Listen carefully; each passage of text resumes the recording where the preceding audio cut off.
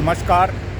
मैं बी.आर. कौंडल मंडी लोकसभा क्षेत्र से इस वक्त प्रजातंत्र के महापर्व संसद के चुनाव के ऊपर मंडी के चुनाव के बारे में कुछ चर्चा करने जा रहा हूँ।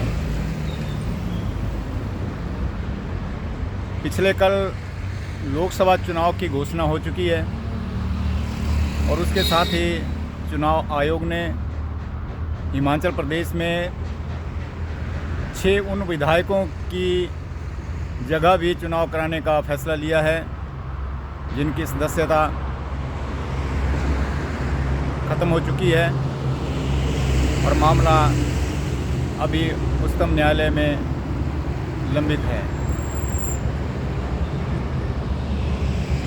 अब सोचने के विषय इसमें ये है कि 1 महीना चुनाव को रहता है और अभी तक कोई भी दल जो है वो अपने प्रत्याशियों की घोषणा नहीं कर पाया है। इससे स्पष्ट है कि इस बार का चुनाव एक आम चुनाव नहीं रहेगा और हर एक दल जो है फूंक फूंक कर अपना कदम आगे बढ़ा रहा है। एक पार्टी चाहती है कि दूसरी पार्टी पहले अपना प्रत्याशी घोषित करे ताकि उसकी कटान के हिसाब से वे अपना प्रत्याशी खड़ा करें और इसी कस्माकस में जो है वो समय निकलता जा रहा है। जबकि मंडी का जो लोकसभा संसदीय क्षेत्र है ये सबसे दुर्गम क्षेत्र और भारतवर्ष में दूसरा सबसे बड़ा चुनाव क्षेत्र बताया जाता है। और इसमें एक सबसे बड़ी खासियत ये भी है कि इस चुनाव क्षेत्र में मंडी, कुल्लू, किन्नौर, लाहौल स्पीति ज़िलों के अलावा चंबा का भरमौर विधानसभा क्षेत्र और शिमला ज़िले का रामपुर विधानसभा क्षेत्र भी इसी संसदीय क्षेत्र में डाला गया है।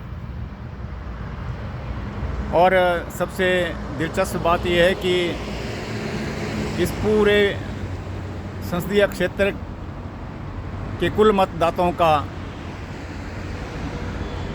58% से ज़्यादा मतदाता जो है वो मंडी ज़िला में ही अपना वोट कास्ट करेंगे। स्वाभाविक है कि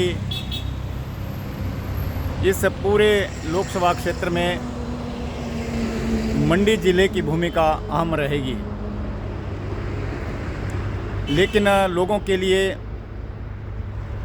यह एक सोचने का विषय बना है कि क्यों कोई भी दल अभी तक अपना प्रत्याशी घोषित नहीं कर पाया है।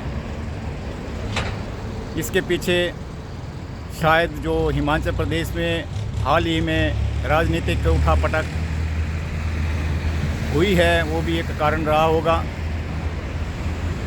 क्योंकि शायद भारतीय जनता पार्टी को लगता था कि हम सरकार को टॉपल कर पाएंगे, लेकिन वैसा नहीं हुआ और सुक्खू सरकार ने उसमें बाजी मार ली, जिस वजह से कोई भी दल जो है अभी अपना प्रत्याशी घोषित नहीं कर पाया है। इस चुनाव का एक विशेषता ये भी रहती है कि लोग दल के नाम पर ज़्यादातर वोट देते हैं। केंद्र सरकार में कौन सरकार का प्रतिनिधित्व करेगा, वो कैसा है, उसका पिछला कार्यकाल कैसा रहा और देश के लिए वो कितना सक्षम है नेतृत्व देने के लिए, और इसी वजह पर लोग ज़्यादातर लोकसभा के चुनाव में अपना मत दान करते हैं। कई बार ये भी देखा गया है, खासकर हिमाचल जैसे प्रदेश में, यदि विधानसभा के लिए और लोकसभा के लिए एक ही बार अगर चुनाव होते हैं तो लोग जो है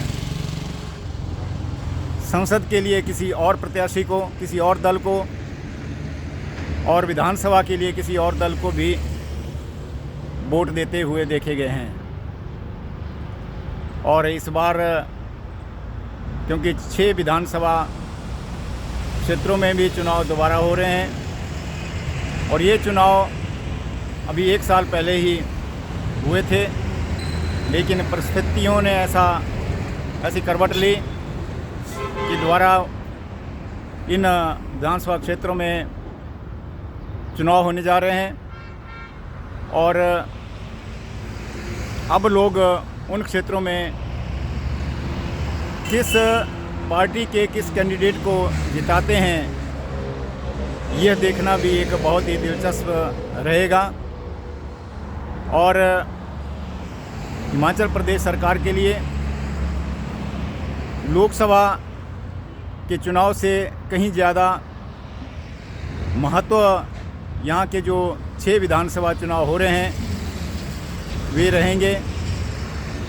इसलिए आने वाला समय बताएगा कि हिमाचल सरकार इस दिशा में किस करवट बैठती है और लोग क्या फैसला देते हैं।